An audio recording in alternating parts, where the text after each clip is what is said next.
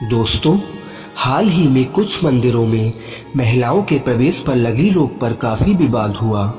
मंदिर के प्रमुख लोगों का कहना था कि मंदिर में महिलाओं के प्रवेश पर रोक लगाई जाए। दरअसल मंदिर प्रमुख का कहना है कि मासिक धर्म टेस्ट करने वाली मशीन के चेक होने के बाद ही महिलाओं को मंदिर में प्रवेश की इजाजत मिलेगी। उन्हें लगता है कि महिलाओं की शुद्धता का पता लगाना बहुत मुश्किल होता है। लेकिन क्या आप जानते हैं, महिलाओं को होने वाले मासिक धर्म का उल्लेख हिंदू धर्म ग्रंथों में भी मिलता है। भागवत पुराण के अनुसार स्त्रियों को मासिक धर्म क्यों होता है, इस बारे में एक पौराणिक कथा मिलती है। पुराण के अनुसार एक बार बृहस्पति, जो देवताओं के गुरु थे, एक बार वह देवराज इंद्र से काफी नाराज हो गए। इसी दौरान असुरों ने देवलोक पर आक्रमण कर दिया और इंद्र को इंद्रलोक छोड़कर जाना पड़ा।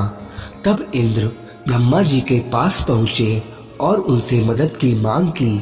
तब ब्रह्मा जी ने कहा कि इंद्रदेव, आपको किसी ब्रह्म ज्ञानी की सेवा करनी चाहिए, ऐसे में आपके दुख का निवारण होगा। तब इंद्र एक ब्रह्मज्ञानी व्यक्ति की सेवा करने लगे, लेकिन वो इस बात से अनजान थे कि उस ब्रह्मज्ञानी की माता एक असुर थी।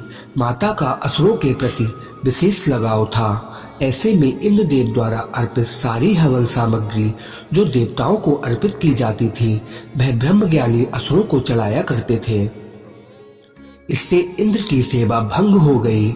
जब इंद्र को यह बात पता चली तो वो बहुत नाराज हुए। उन्होंने उस ब्रह्मज्ञानी की हत्या कर दी। हत्या करने से पहले इंद्र उस ब्रह्मज्ञानी को गुरु मानते थे और गुरु की हत्या करना घोर पाप है। इसी कारण उन्हें ब्रह्म हत्या का दोष भी लग गया।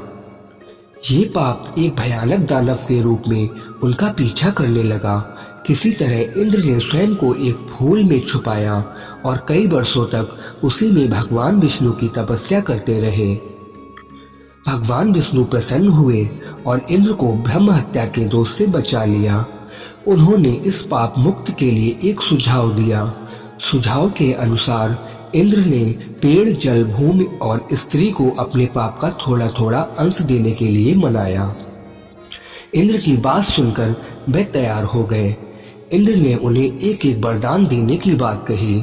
सबसे पहले पेड़ ने ब्रह्म हत्या के पाप का 1/4 हिस्सा लिया, जिसके बदले में इंद्र ने पेड़ को अपने आप जीवित होने का वरदान दिया। इसके बाद जल ने 1/4 हिस्सा लिया तो इंद्र ने जल को वरदान दिया कि जल को अन्य वस्तुओं को पवित्र करने की शक्ति होगी। तीसरे पड़ाव में भूमि ने ब्रह्म हत्या का दोष इंद्र से लिया।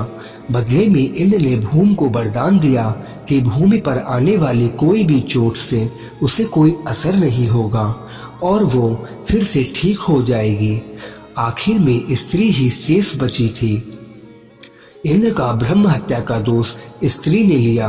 बदले में इंद्र ने स्त्री को वरदान दिया कि स्त्रियों को हर महीने मासिक धर्म होगा, लेकिन महिलाएं पुरुषों की अपेक्षा कई गुना ज्यादा काम का आनंद उठा सकेंगी। पौराणिक मतों के अनुसार स्त्रियां ब्रह्म हत्या यानी अपने गुरु की हत्या का पाप सदियों से उठाती आ रही हैं, इसलिए उन्हें मंदिरों में अपने गुरुओं के पास जाने की इजाजत नहीं है। मान्यता है कि तभी से स्त्रियों में मासिक धर्म का होना शुरू हुआ। हालांकि आधुनिक युग में वैज्ञानिक मत को मानने वाले लोग इन बातों को गंभीरता से नहीं लेते हैं।